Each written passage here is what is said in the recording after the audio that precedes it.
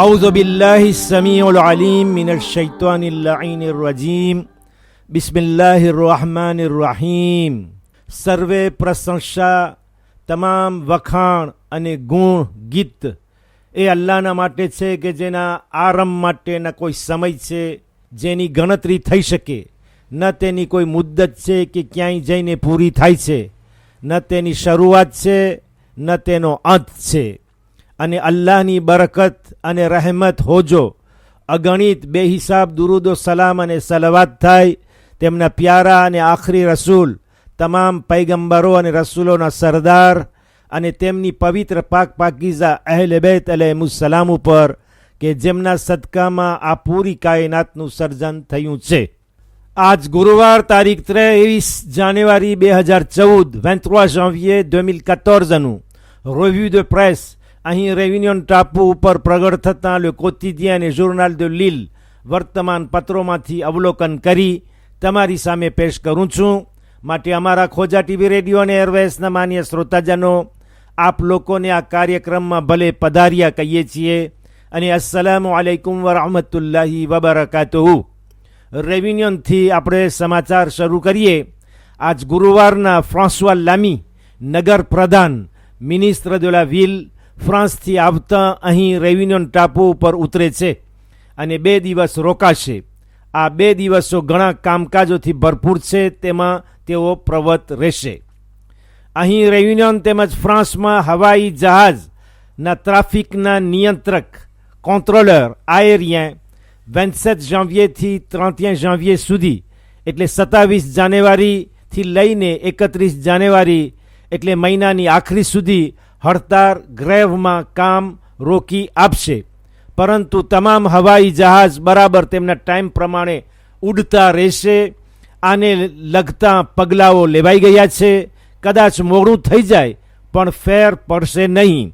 બહારથી આવતા પ્રવાસીઓ ફ્રાન્સની અંદર દેશની જમીન ઉપર સ્થાનિક વિમાનો લેવામાં કદાચ ખળભળાટ થાય, ખલલ અને અવ્યવસ્થા પેર્ટર્બેશન પેદા થાય એની કોઈ ખાતરી નથી. સોમવાર 20 જાન્યુઆરીથી અહીં રેવિનિયનમાં ડિસેમ્બરથી લઈને ચાલુ વકાંસ છુટ્ટીના દિવસો ખત્મ થયા અને સ્કૂલ તેના દરવાજા ખોલી આપી છે. પરંતુ લોકો ફરિયાદ કરી રહ્યા છે કે ગરમી બહુ જ પડે છે. 34થી 35 ડિગ્રી એટલે 34 à 35 ડિગ્રી કામ કરવાની મજા આવતી નથી. નાના બચ્ચાઓ પીડાય છે. એ કોટડીમાં ભેગા થાય તો ગરમી વધી જાય એટલી જ રહે નહીં. અમુક વર્ષો અગાઉ પહેલા જમાનામાં fin ફેબ્રુઆરીના એટલે ફેબ્રુઆરીના આખરી મહિનામાં સ્કૂલ ચાલુ થતી હતી, પરંતુ પરીક્ષાઓમાં વધુ નુકસાની જોવામાં આવતી. અત્યારે જેટલી સફળતા છે એટલી જ ન હતી. કદાચ અમુક સપના કરતા હશે કે ફેબ્રુઆરીથી સ્કૂલનું વર્ષ શરૂ કરવામાં આવે અને ભાગની પરીક્ષા નવેમ્બર માસમાં નક્કી કરે. આજનું ખબરપત્ર જણાવે છે કે આવતા માસની 1 તારીખથી 1 ફેબ્રુઆરીથી બની શકે છે કે ગાઝોઇલનો ભાવ થોડી સંતિમ ઉતરે એવું અનુમાન થાય છે. યાદ રહે કે ખનિજ તેલ પેટ્રોલના બારામાં કાનૂનો આવતા માસના મધ્યમાં મી ફેબ્રુઆરીના બહાર પડશે.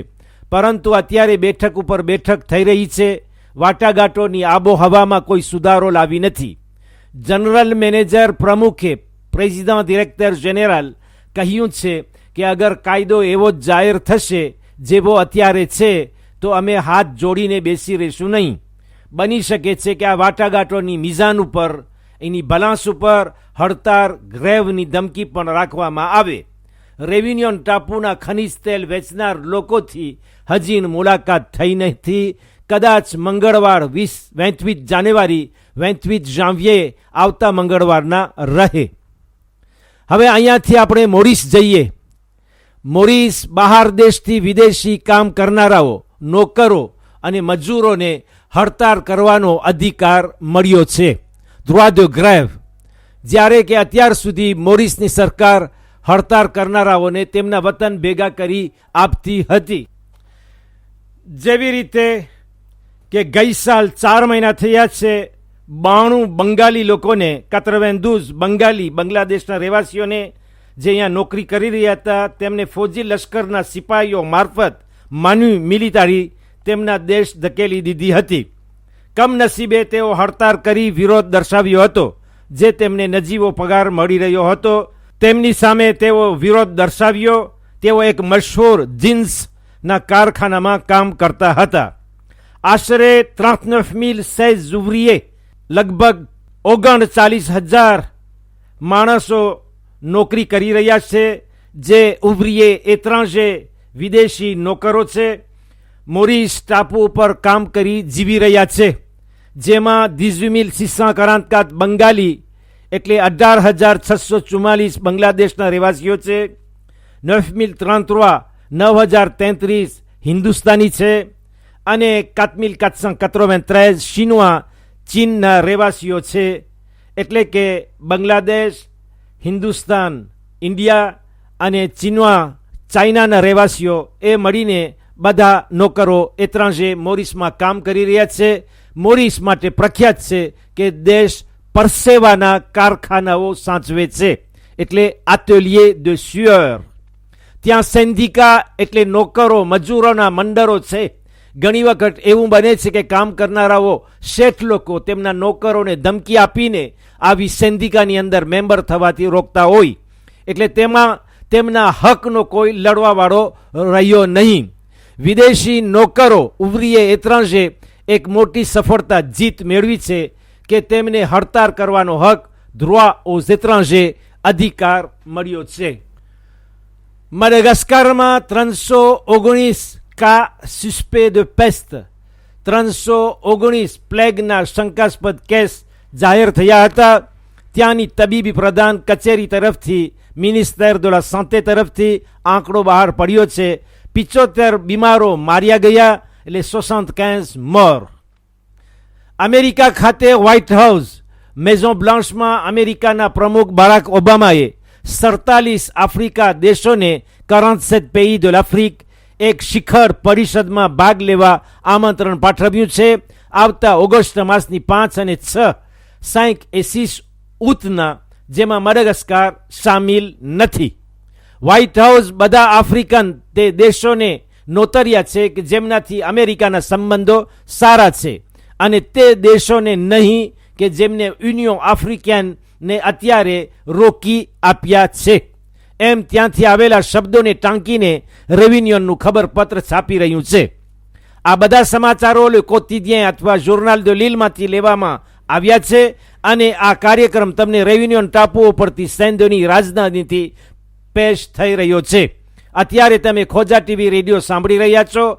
આંતરરાષ્ટ્રીય સમાચારોમાં આપણે દાખલ થઈએ અને મોરિસ, રેવિન્યુન અને મડગાસ્કર, 3 ટાપુને હિન્દી મહાસાગરની અંદર છોડીને આપણે સિરિયામાં પગ મૂકીએ.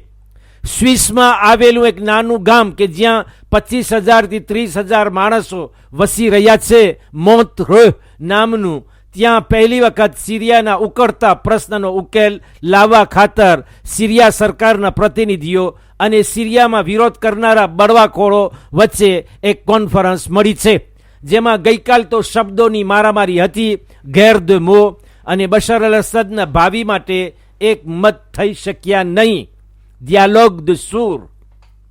સિરિયાના મિનિસ્ટર des affaires étrangères, વિદેશી પ્રધાન વલીદ મુઅલ્લિમને 10 મિનિટ બોલવાનો હક હતો, પણ 20 મિનિટ સુધી તેનું પ્રવચન ચાલુ જ હતું. વારંવાર ઘંટ વગાડવામાં આવી, પણ તે બહેરો થઈ ગયો. આખિરમાં યુનો, ONUના મહામંત્રી સેક્રેટરી જનરલ બાન કી મૂન તેમને રોક્યા, તો તેણે જવાબમાં તરત ઘા કર્યો કે તમે ન્યૂયોર્કમાં વસો છો, હું સિરિયામાં વસું છું. મારો હક છે કે મારા દેશમાં શું પસાર થઈ રહ્યું છે તેની હકીકત તમારી સામે બયાન કરું.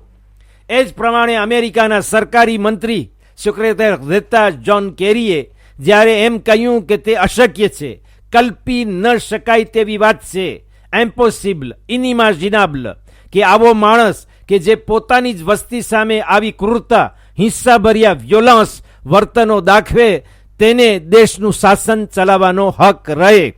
ત્યારે આવાજ બદલી ગયો અને મિનિસ્ટર des affaires étrangères, વિદેશી પ્રધાન વલીદ મુઅલ્લિમને જ્યારે આ ઘા લાગ્યો ત્યારે ફટાફટ જવાબ દીધો કે કેરી સાહેબ, કોઈને જગતમાં હક નથી કે દેશના પ્રમુખને અધિકાર સોંપી શકે અથવા ખેંચી શકે, સિવાય કે સિરિયાવાસીઓને.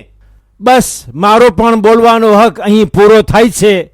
હું તમારાથી રજા લઈશ. ઇન્શાલ્લાહ કાલે શુક્રવાર જુમ્માના દિવસે આપણે આ જ કાર્યક્રમ અને ટાઈમની અંદર ફરી મળશું. ત્યાં સુધી અલ્લાહ હાફિઝ અને વાલેકુમ સલામ વરહમતુલ્લાહી વબરકાતુહુ.